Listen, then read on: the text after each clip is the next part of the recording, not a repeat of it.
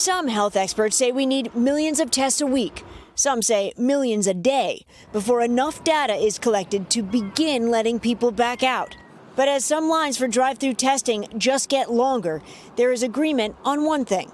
The country is not testing nearly enough. We have to develop that widespread testing capacity. According to the COVID Tracking Project, roughly 150,000 people are tested every day. Widespread diagnostics are the key. So let's keep pushing that forward to the point where anyone who needs to get a test in the country can get it that same day. So what is standing in the way? Supply shortages, including the testing kits and nasal swabs.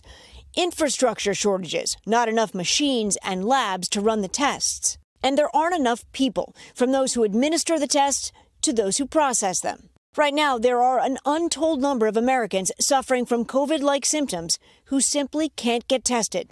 Sometimes it takes money. Cersei Farrell struggled for days to get a test. In the end, a relative loaned her $225 to go to a private clinic. As soon as the doctor called and said, hey, I have a patient, she's got all the symptoms, we need to get her tested, I should have been tested. Widespread testing is just part of the equation. Getting a handle on transmission requires knowing who has it and who they exposed. Those at risk, including anyone who came within roughly 6 feet of someone with COVID-19, would have to self-isolate for 14 days. Massachusetts is hiring 1,000 contact tracers as part of a new program. What we want to do on the offensive is find.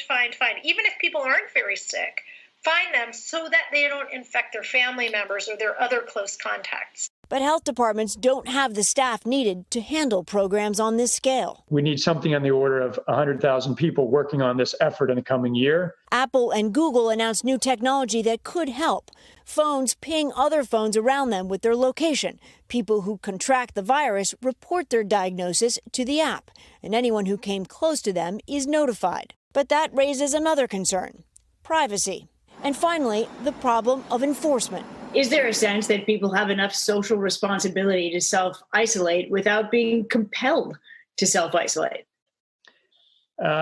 We believe that is the case in this country, that most people, the vast majority of people, would willingly isolate themselves. All of this while the world awaits a vaccine and faces the reality that even with one, our lives will never be the same. Stephanie Gosk, NBC News, New York. Hey, NBC News fans, thanks for checking out our YouTube channel. Subscribe by clicking on that button down here and click on any of the videos over here to watch the latest interviews, show highlights, and digital exclusives.